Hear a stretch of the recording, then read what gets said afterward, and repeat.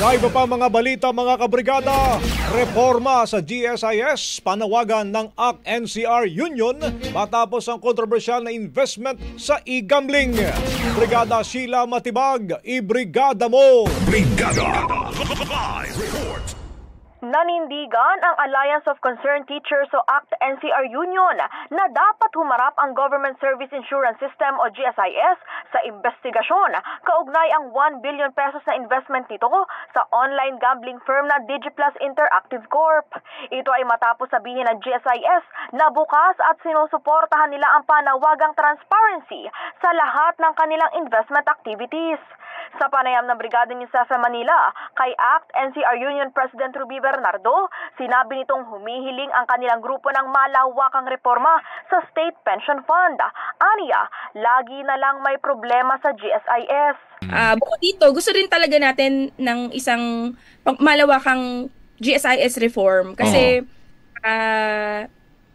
paulit-ulit yung kwento ng ating mga government employees, nung mga teachers particularly. Ako sa lahat ng consultation na ginagawa namin, Sir Abner, Sir Gab, laging may problema sa GSIS. It's either walang utang, nagkautang, o kaya naman ay patong-patong ang kanilang mga interest, no, dahil dun sa maliit na inutang nila.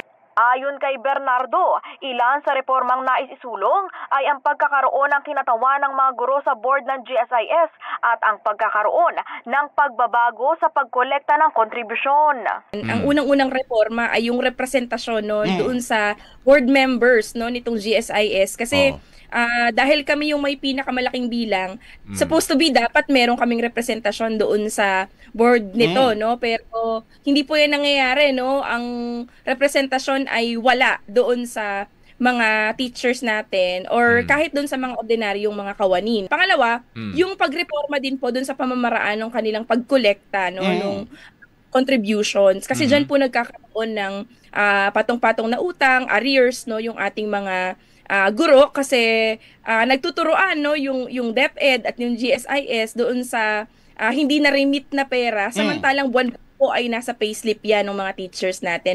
Sa huli, iginiit ni Bernardo na dapat maging transparent ang GSIS kung saan ito ilalagak ang pondo.